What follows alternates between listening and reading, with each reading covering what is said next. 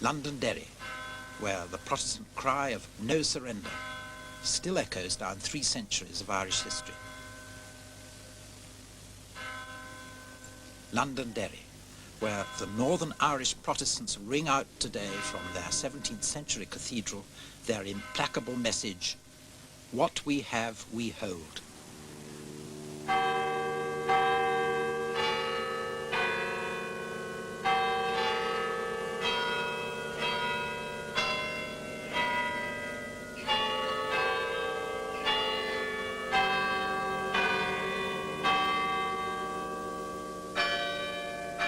For it was here in 1688, as the citizens of that day heard how England was replacing the Catholic King James II with the Protestant William of Orange, that on the walls of Londonderry, the crisis this meant in Ireland was played out.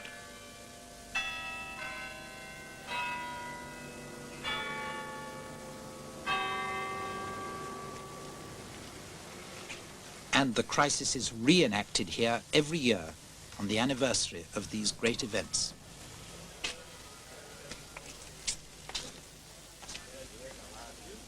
Protestants of Londonderry, with their sashes and other ceremonial equipment, begin to assemble.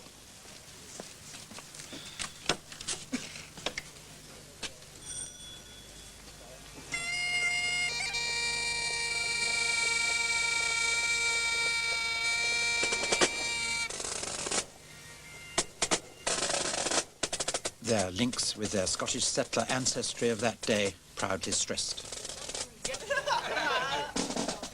The march on which these descendants of those Scottish settlers are about to start celebrates the action of 13 apprentice boys of the city of Londonderry in 1688.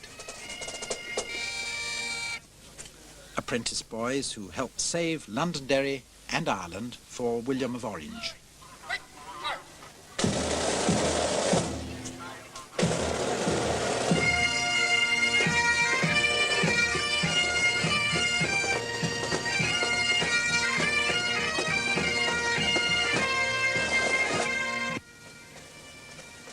In 1688, tension mounted as a story came that Catholic supporters of James II against William of Orange were massacring Protestants, as in 1641. And news, too, that a new garrison was being sent to the city in King James's name, a Catholic regiment of Lord Antrim's Redshanks. So these Catholic troops, the Redshanks, are marching towards the gates of Derry when this terrifying rumour that Catholics are once again about to turn on the Protestants reaches the citizens of Londonderry. Voices are heard saying it would be madness at such a moment to let Catholic troops like that in to garrison the town. Other voices, shocked, declare that it would be unthinkable to try and keep what are, after all, the royal troops out of a royal garrison.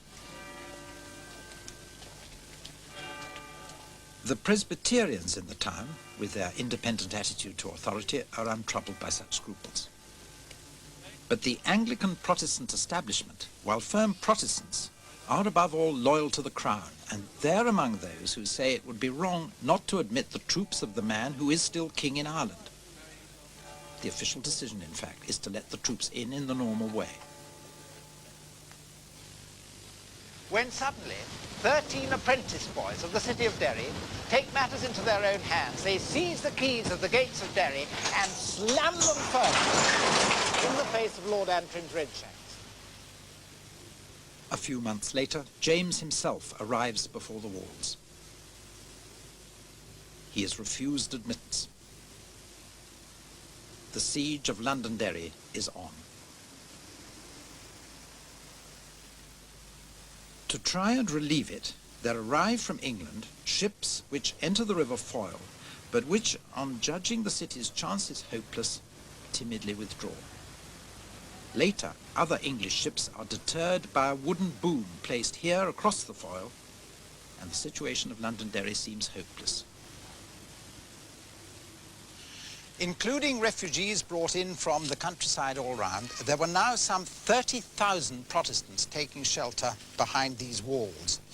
Walls in which modern barbed wire shows evidence of another siege in our own time. These 1689 Protestants crowded in here must have seemed a sitting target to James's Catholic armies positioned over there across what is now the bog side on the rising ground leading up to today's Cregan estate. And it was from up there that the Catholic army, which was surprisingly ill-equipped to conduct a siege, bombarded the city.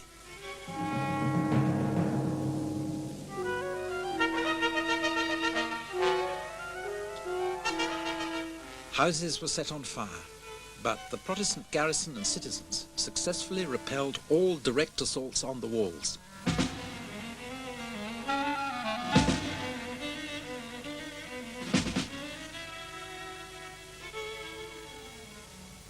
James's armies had no proper siege guns at all at first, and then only later one gun, a 24-pounder, that was capable of doing any sort of damage to these walls. James's armies did, however, have mortars, and these mortars did much damage to houses in the town, Derry giving back as good as it got with its guns mostly positioned on the walls, though two of them were placed on the roof of the cathedral. But the fires the mortars started in the town and the damage to houses did result in great hardship in an overcrowded city short of food. Just how short of food can be seen in this Derry Museum from a shopping list of one of the last weeks of the siege. A quarter of a dog, fattened by eating the bodies of the slain Irish, 5 and 6. A dog's head, 2 and 6. A cat, 4 and 6. A rat, a shilling. A mouse, 6pence. A quart of horse's blood, 1 shilling. And this comment of the time gives a further glimpse of what the diet must have been like. Our necessity of eating the composition of tallow and starch did not only nourish and support us, but was an infallible cure for the looseness. There's an account in here of one particularly fat citizen who didn't dare to go out of his house for 3 days because he fancied that several of the garrison were eyeing him with a greedy look. Not that the thing was any sort of a joke. Thousands of people died of starvation and disease.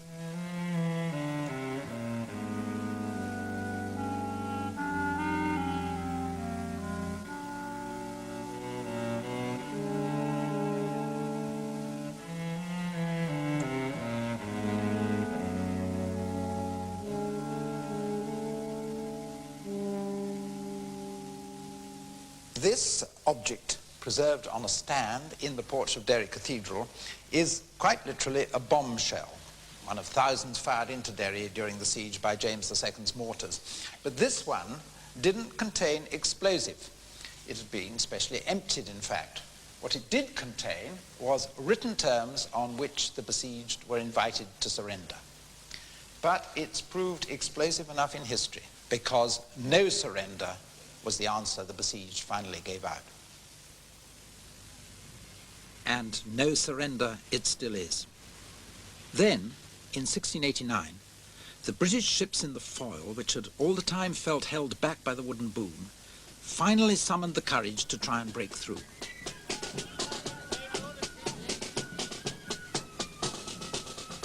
Facing a continuous barrage from the Catholic Irish armies on the shore, they were watched with mounting excitement by the starving citizens.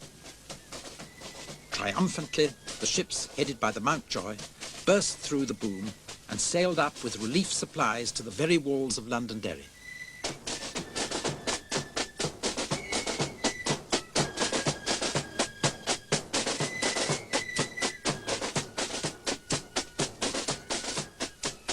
And in triumph too, and a sort of grim joy, the hard-pressed citizens flocked down through the gates to greet them.